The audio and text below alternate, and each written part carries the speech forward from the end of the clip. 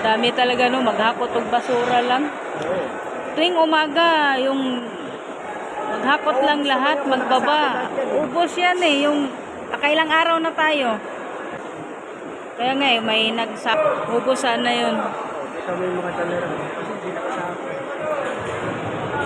Yung mga basyo lang ng mga kuan, ano ba yun? Yung mga sa simento, yung sa mga buhangin. Pwede yun, lagyan. Tapos ibaba.